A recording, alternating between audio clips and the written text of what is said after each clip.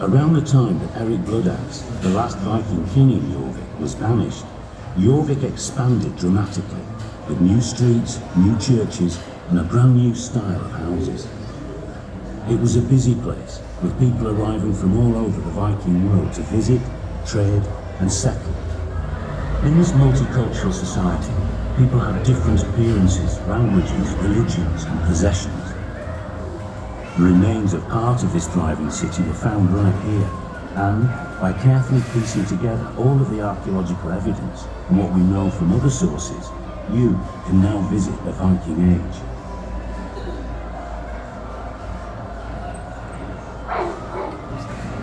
Kom hem. Välkommen till Yorvik. You have arrived by the River Foss. Ahead lies the city with countless houses and workshops, many of them newly rebuilt. Some, like this damaged one, a victim of an untended hearth perhaps. As ships became more seaworthy, the Vikings created wider trading routes, sometimes using chains of middlemen to carry goods from one side of the Viking world to the other. Silks and the cowrie shell found here suggest trade with Central Asia, the Eastern Mediterranean and the Red Sea.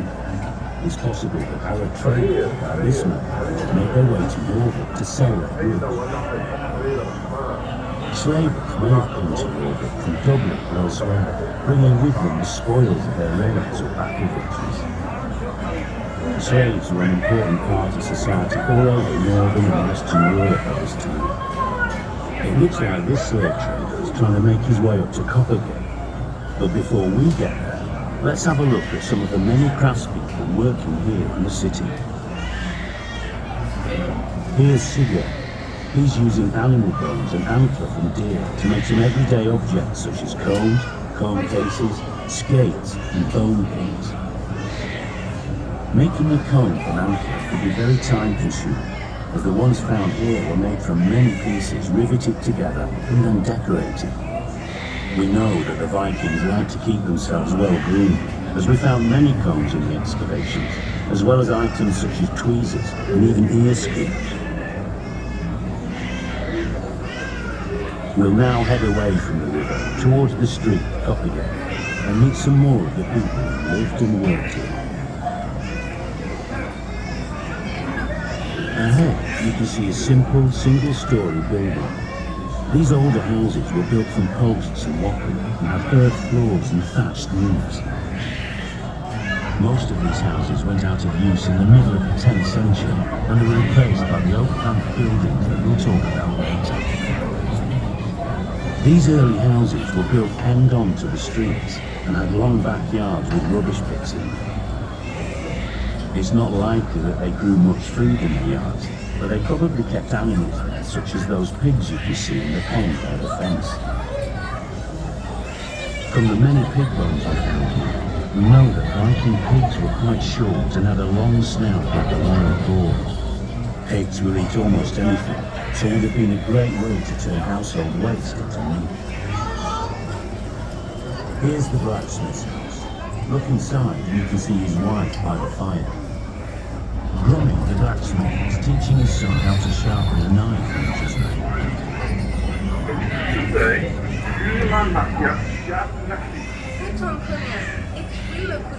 Viking age smiths were masters of their craft, and here in Yorvik they made everything from noodles to beautifully ornate windows. Now we'll go across to the next property and visit his neighbour, Gunnar, a woodturner who lives in one of the new style wooden plank buildings. Honey is making cups and bowls by turning wood such as oak or ash in his pole lathe. You can see all the wooden core waste on the ground, which children may have used as spinning tools. By the way, it's this trade that many think owed its name to Coppergate, the street of the cup makers.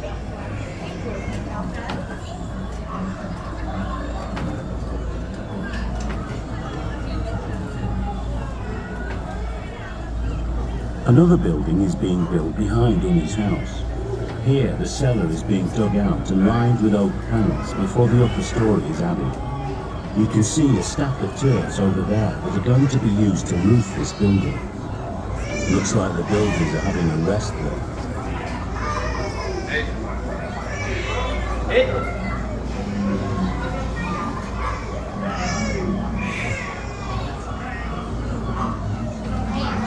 This family also look like they're taking a break.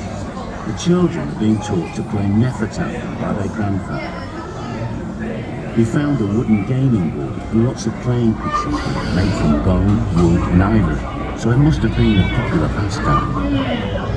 Let's go back towards the river where big trading ships have been that have come up from the North Sea. Here, traders are unloading their goods alongside fishermen cleaning their catch. Goods and raw materials from across Britain, as well as rare and valuable items from further afield, were brought into Yorvik here.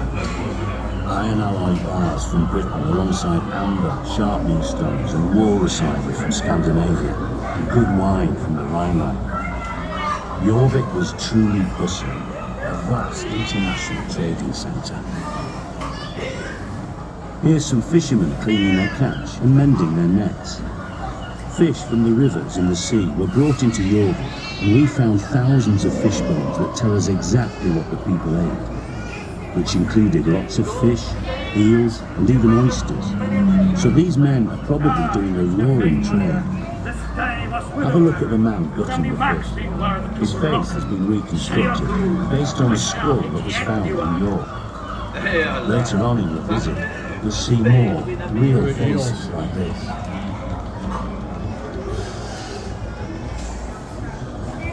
This next plot is a backyard where the people living here seem to have been dyeing their own clothes. The people of Yorvik spun fleece, then dyed and wove their own wool to make textiles from which they made their own clothes.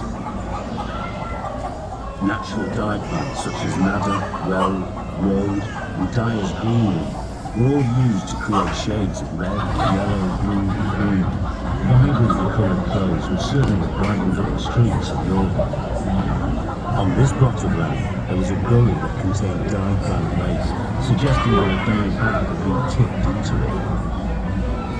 Limestone lined that ditch running up to this next building, forming a passageway to the back door.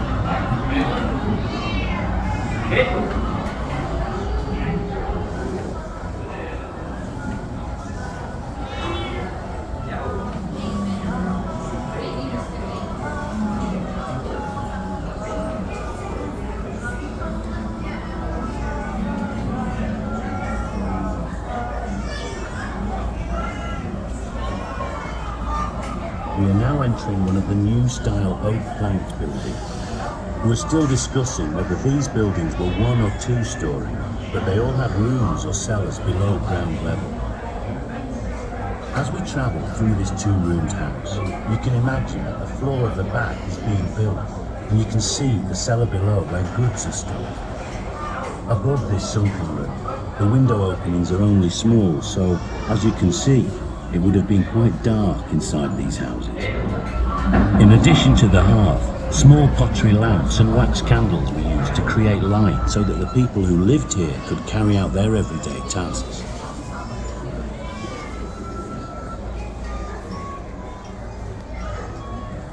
In this front room, you can see a woman working at the loom, which was used to weave woolen cloth for clothing and blankets.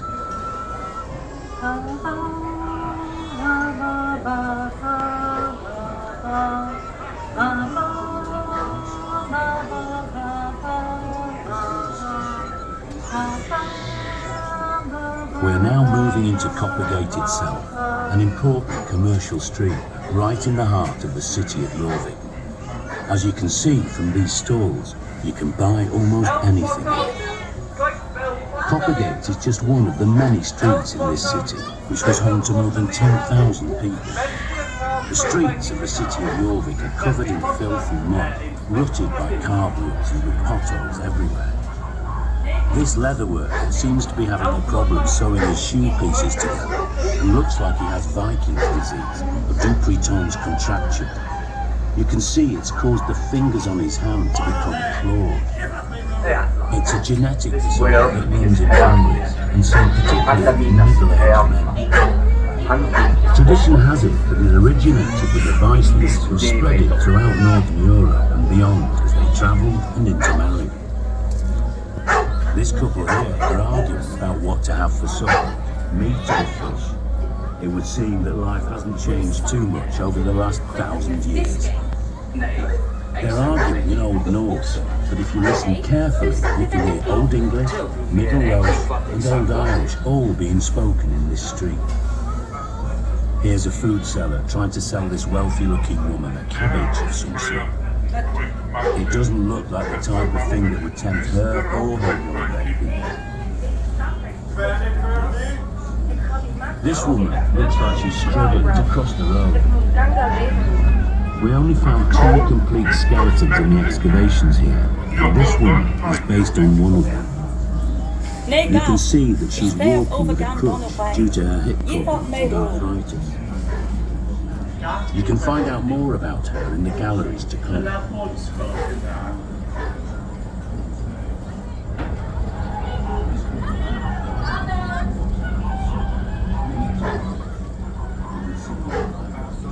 Here, we're in another of the new buildings.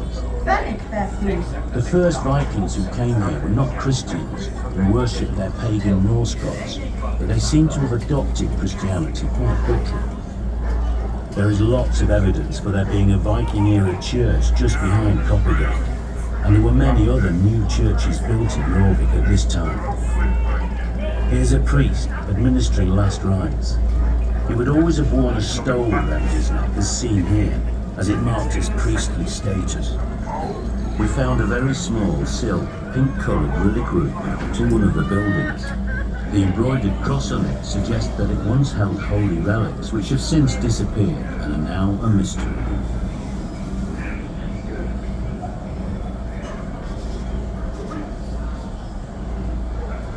Each property is separated from the next by woven wattle fences.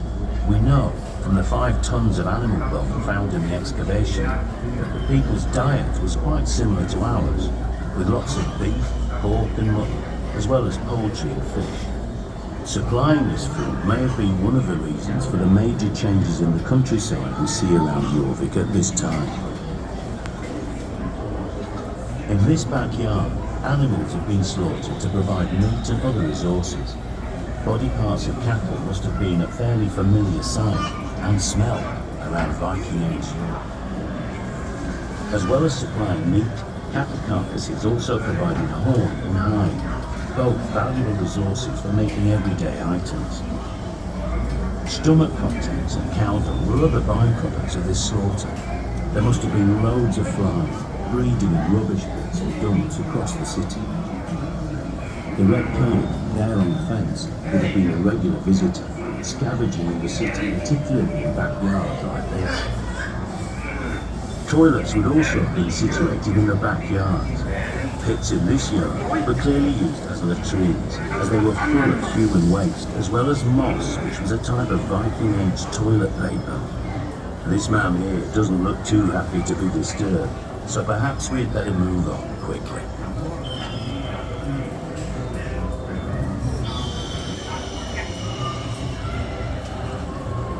Here, we are in our final house. In the excavations at Coppergate, we found a few Viking-age musical instruments, including a set of panpipes which can still be played. Music, saga-telling and poetry must have been important in the Viking world. Iceland and Scandinavia have cultures rich in storytelling, traditions that developed in Viking times. Norse mythology, which conjures up gods and monsters living in 9 realms, still captures the imagination today, and we can picture what it was like sitting around a hearth, enjoying bravery.